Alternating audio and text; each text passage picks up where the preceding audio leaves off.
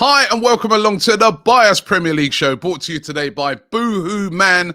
Don't forget, you can get up to 20% off by using the code in the description and get some of these. You can see there, I've got my Boohoo Man sweatshirt on. It's starting to get warm. Shall I say it's starting to get cold? It's starting to get warm. It should be warm. It's starting to get cold right now, Yardy. Now, people will notice straight away that we're not actually in the studio today. It's actually a bank holiday up here in the UK today. So today, Carnival would normally have been on, wouldn't it, Yardy? Yeah. We normally, probably both of us probably be at the Carnival. However, what have you been up to? Because I saw this picture online and I was like, wait, are you out there trying to get a bit of transfer business done for Arsenal? You know what I mean? That looks like Trent Alexander-Arnold to me. And I'm like, happy as well. He looks very happy. You there, you look personal terms have been agreed. It looks like, very happy. Look, man, you know what is, Robbie, yeah? First thing first, there's a lot of people who don't really know who I am, They because obviously, AFTV is massive. It's around the world. And there's people in the UK who actually don't know I am a professional comedian. That's my trade. But at the same time, I've got a links and our club needs help right now. So, last night I had the honor of performing for Trent's father. They wanted, it was his birthday and they booked me to perform for them, and I performed for them at the family and everything. And it was very nice. And I had a quick word with Trent, just saying like, look, man, I know you don't really care, but you have anybody that you can, like another brother that is good.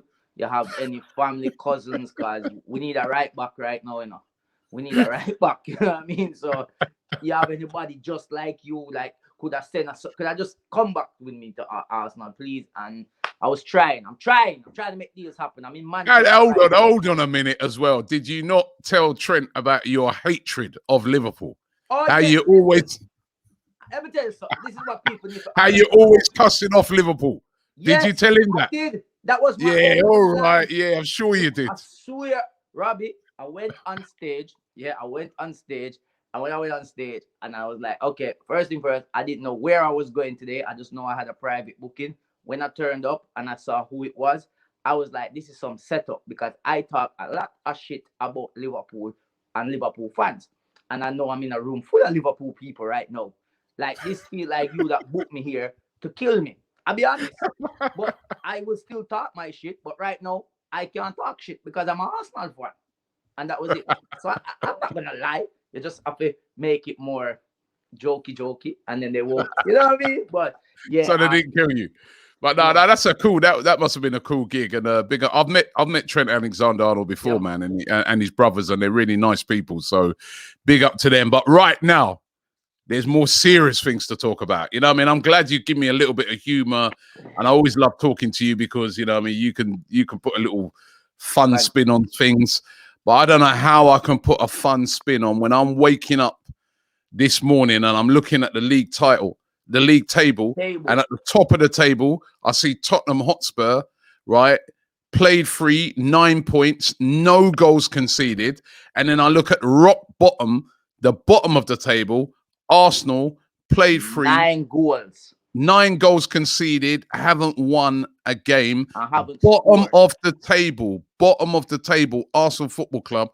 And I said it on my Transfer Daily that I recorded earlier, right? I said, it's not like if you're because Wolves haven't won a game, right? Yeah, I know. But I looked at Wolves yesterday when they played Man United, and what a performance they put in. Any Wolves fan leaving that game and be like, my God, we were so unlucky. We should have won the game. United were lucky. There was a foul involved in the goal, stuff like that. Once they start scoring goals, once Wolves start scoring goals, they'll be all right. They'll be all right. They'll be all right because you can see a performance and the game against Tottenham. The game against Tottenham last week, they were very unlucky in that one as well. They put in performances.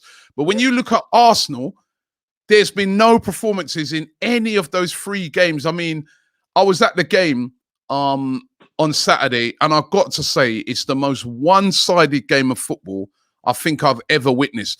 We started off the game for about the first 10 minutes, and we were having a go. They were Aubameyang and Saka. They looked lively. Odegaard, they looked lively. And literally, when we conceded that first goal and the way we conceded it, I looked at the forward players and you could see they were like, what? And I said to myself, I feel sorry for these guys, you know, because they know that every time the ball goes to our defense, these guys are liable to cock it up. And it was really funny. I was driving home from Manchester quite late in the evening, and I was listening to, I think it's Gabby Abonyo, you know, he used to play for Aston Villa. Yeah. And he was talking on the radio, and he was saying, he said the same thing. He said, I've been there as a striker where your defense is so poor. He goes, you get annoyed because he goes, you're doing your job. You're trying your best up front, but you know they're going to let you down. And these guys, I mean, that's the thing. Where do I even start with that performance, Yardy? Where do I start? This is the thing, right? You made a perfect point with Wolves. Wolves is playing very good. We have to consider they have a new manager, so they're still trying some new system out. What the players wasn't playing like, you know what I mean? No, it's just goals they're lacking, but they are creating enough where you can see it's gonna come. They're exciting. They're exciting. Yeah, there were some great saves. There was some clearances off the line in that game from Manchester. Yeah, so made some great saves, yeah. No, when we got to Arsenal, we don't even look like we're creating anything to score. We don't look like, this is the problem that I have, and this is why, and it's not an agenda. I want people to be very clear. This is not an agenda. It is facts. We're stating facts. Everyone is speaking facts. Even the pundits on TV are now saying the same thing that everyone else is singing. So we cannot be here pushing an agenda. It's facts. In that game, you're right. For the first 7-8 minutes, we looked like, oh, wait, okay, something different here. Could we get into this? I saw something happen, and I've been noticing it over the games. When the ball comes out to the wide, out wide, to any player out there, and you look in the box, there might be 2 players in the box of Arsenal, 1 player in the box. When you look at other teams and they have the ball out wide, there's 4 or 5 players in the box. The more people in the box, the more chances. The ball could come in, ricochet, it could drop to the right person. You have more chances. If there's only 2 people in the box each time, there's more defenders in there. Now, in that game against Man City, we had a chance. The ball came out to Cedric. There was 5 players in the box, 5 Arsenal players in the box.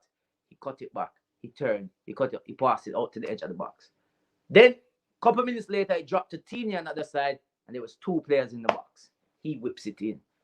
If you're telling me that is not the manager's tactics, telling them, yes, don't cross the ball in, or only, do you understand what I'm trying to say? It's tactical. Listen, Yardy, it's tactical what's going on.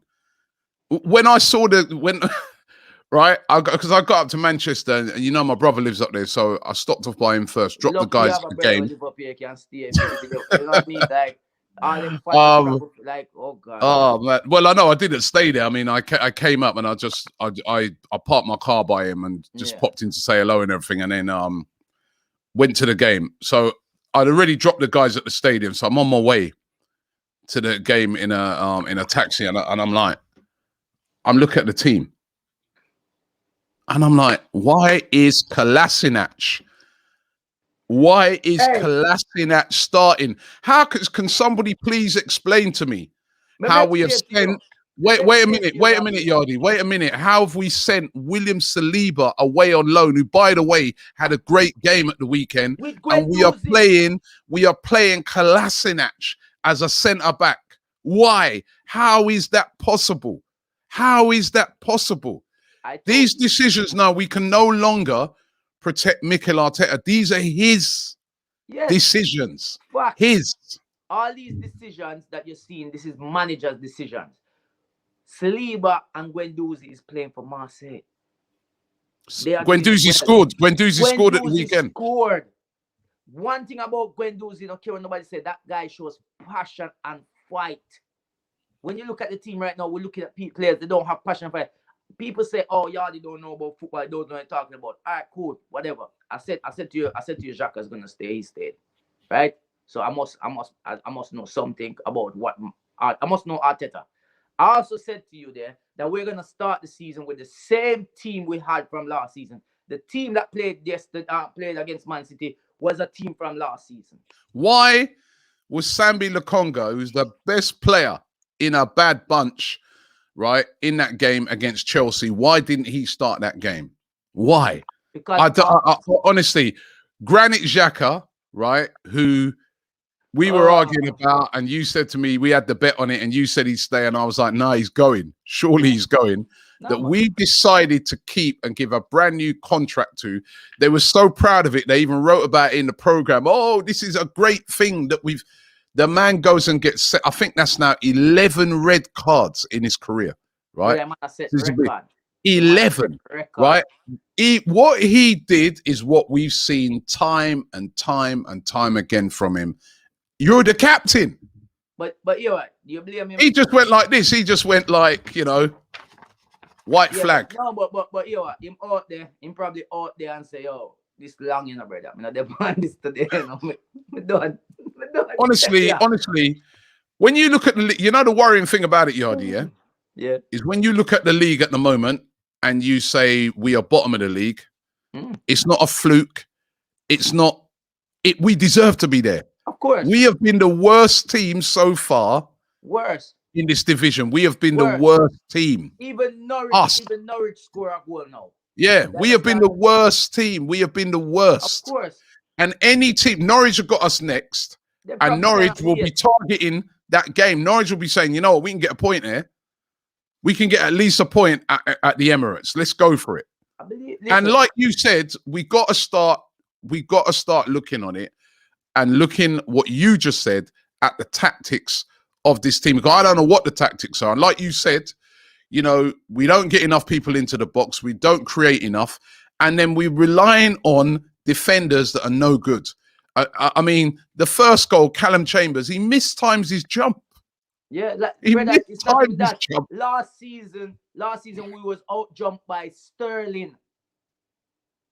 We are get out jumped by the smallest man them on the pitch.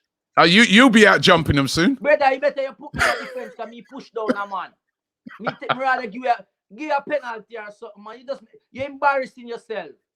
These players are embarrassing. How are they professional footballers? And the problem about it is, again, we said it. You said it just now. Why is Saliba not in this team? You had listen, let me tell you something. A good manager, yeah. We have to be honest. Arteta has no experience as a manager. This is his experience now. This is all of this. What he's learning is his experience. This is his start of his managerial career. Yeah. It's gonna go on. Let's be real about that. A proper manager, a manager with experience, like what Chelsea's manager, the new one that came in, did. Tuchel. What did he do? He said, you know what? When it came to preseason, bring all loan players back. All the loan players came back to Chelsea and he assessed them. He looked at who he liked, who he didn't like. Because remember, he didn't send them out on loan. So he wanted to see who is who. Arteta didn't bring back any loan players after giving them a loan to see if you fit into the team now. I think only Willock can it got a little chance. Only Willock can bring him back and send him Ghana and sell him. That's the only reason I bring back him and go sell him. That's the reason why. He didn't bring back Guendouzi, he didn't bring back Saliba, he didn't bring back Torreira, he didn't bring back none of them. All he did was quickly got them back out on loan again. Why don't you assess the players and see if they're better than what you have now? Because there's no Why don't you give them a chance? Hold on. There's no way you can tell me Saliba is worse than what we were playing. Yeah, the thing is, Yardi, at the start of the window, at the start of the transfer window, people were looking at it and saying, should we keep Rob Holding? People were looking at it and saying, shall we keep Callum Chambers? Surely it's time to move him on, right? He did all right towards the end of the season, playing as a right back, filling in, but we need better. And like you said, we've now started the season with those guys. Actually, the two best centre-backs from last season are missing, which for me was Gabriel, who started off well till he got his injury, and David Luiz. Yep. David Luiz was our best centre-back. I remember telling people. I wish we would give my extension. Right? I'm looking at a guy like Callum Chambers, Rob Holding. I've said this before. These guys play for Arsenal Football Club. When you play for Arsenal, because of the stature of Arsenal, that puts you on a certain pedestal, sometimes even above what you should be, right? They have never, ever been called up for England. Never. What does that tell you? Never. What does that tell you, right? Never. Why are we so we're playing Manchester City and we're playing Kolasinac, Callum Chambers and Rob Holding. And there's the problem, it's just 3 average defenders. So it doesn't matter who you go and get up the field. It doesn't matter which strikers you get. If we cannot defend, which we can't, Cedric, these average players, they're not terrible, but they're not great. And that's why we are. But what I'm saying is this can't be used as an excuse by Mikel Arteta because he's decided to keep them and send Saliba out on loan. Exactly. It's and then shocking. I come talk after the game about yes, when we went down to 10 men, obviously we were gonna struggle. We are struggle with 11. Now the game was listen. You know what? You could have put the whole bench on the team. We have to struggle. The game. As long as he's the manager, long as Arteta, let's be real. Yeah, Arteta, you was never a top world class player. You was never. I don't even think you got called up for Spain. You was in the under 20s and that, but you was never in the international team.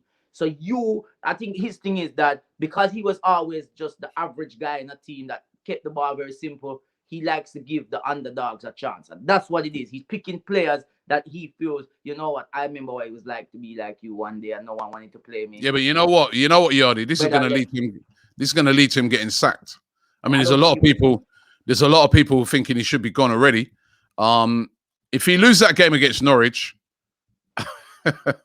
I can't see, I think he's very lucky to even still be in the club. Burnley won't be easy. Burnley won't be easy. And I'm sorry, and he's not getting the best out of players, right? Because, even the other day, somebody was saying to me, yeah, but Thomas Tuchel, look what he's got. I'm like, yo, when Thomas Tuchel took over at Chelsea, there was a lot of Chelsea fans saying, get rid of Rudiger.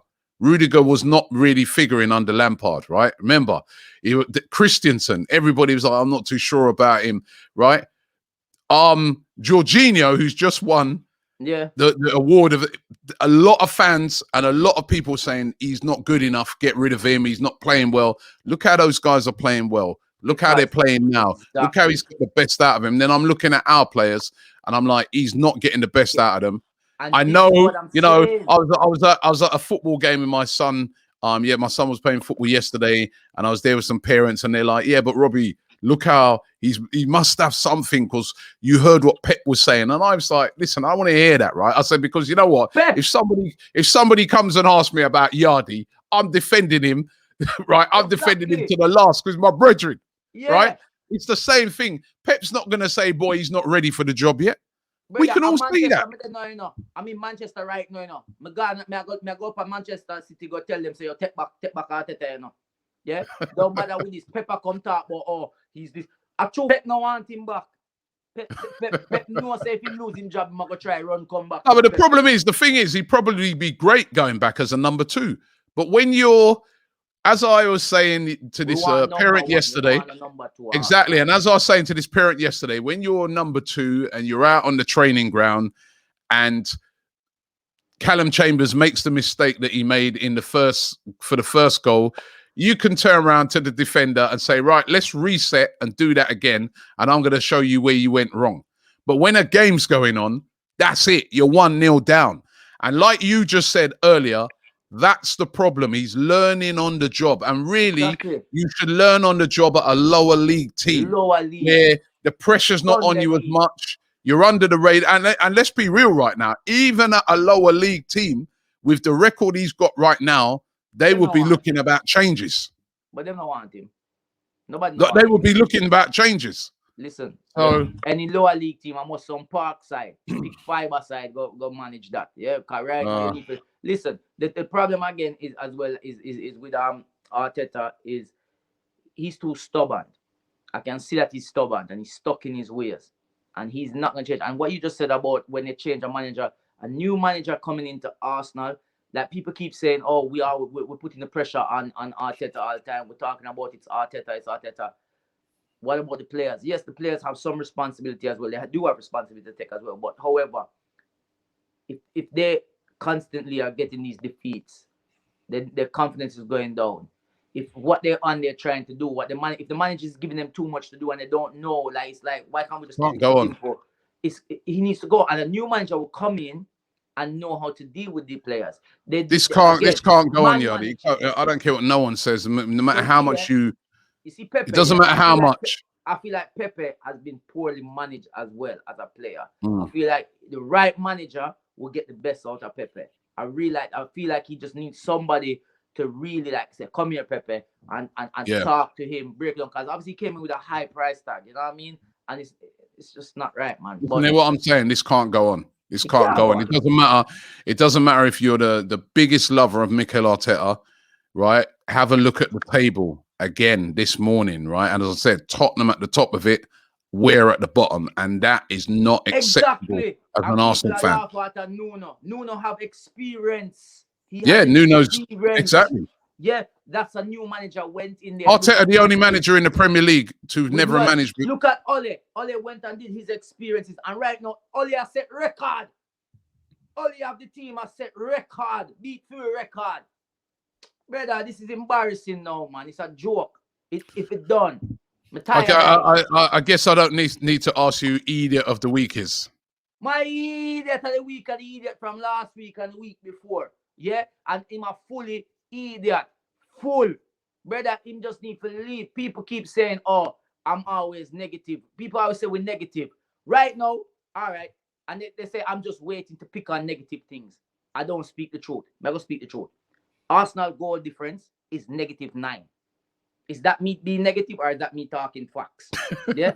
Because it's -9 right now, yeah? 3 games in and we're -9. Who's your boohoo man of the week? The referee, yeah? The referee at the Man City game. Yeah, Martin Atkins, for blowing the whistle. It's when full time game done. You get boohoo man of the week. Yeah, for just blowing the whistle. Thank you for seeing us. So boohoo man for calling time on the game so it didn't get any worse. The man should stop it from half time. Him trying to say, oh no. No. You know what? Actually, I'm in a grip. Do you know what, Yardy? You know the weird thing? I was at that game. I can never remember. I think the last time I felt like this was when I was at when we got beat 6-0 away at Chelsea, right? Where I was like, please, referee, just blow up now, man. Can you just blow the whistle? Just let me go home. And that's the same thing I felt when I was at the Etihad. I was like, referee, just blow that whistle, please. Yeah, man. Nobody don't care. Nobody don't care. Just give them how much goal no one. Just write it in. Like, we don't care. Because it's absolutely shocking. Pep could have sent out another 11. It was a training session. Better if we just say, yo, send your players out, make them. We're so far behind. Remember, they didn't start Sterling. De Bruyne weren't playing. You know, Mahrez never started. Mahrez didn't start. You know, I mean, and we still got turned over like a pancake, man. It was absolutely unbelievable, man. Yardy, bro, enjoy the rest of your bank holiday, man. Yeah, are you back next week? Are we bothering? Actually, there's the international break, so we will be back. Hopefully, you know what, right? It's going to be interesting to see what he does now between now and the end of the transfer window. That closes tomorrow at 11 o'clock. He brings it. This is my thing. Is like this is me being honest. We're saying he will want this player, that player, but again, I don't feel like Arteta can track any player. You know what? Yeah. Do you know what? Do you know what I would have found really interesting? And if you would have asked Trent Alexander-Arnold last night and asked him an honest question and just said, "Yo, do you reckon anybody would want to go to Arsenal right now?" Because right now, the only thing that's going to attract you, to Arsenal right now is money, the institution and the money. That's it. Because at the moment, what we're seeing on the pitch, and it's coming from. And what we're seeing from the ownership and that, and you know, who wants to come and play with it? I mean, it's appalling. But Yardy, thank you very much. Enjoy the rest of your bank holiday. Big up yourself, and don't forget everybody out there. The links in the description if you want to get Boohoo Man's gear, like what me and Yardy have got on. You can see it here. all you got to do is click the link in the description. You get 20% off. They've got a great range of stuff now coming for the autumn, should I say, or the fall, as they say over there in the States. So make sure you click onto that right now. But Yardi, thank you very much, and I'll see you next week. Yeah.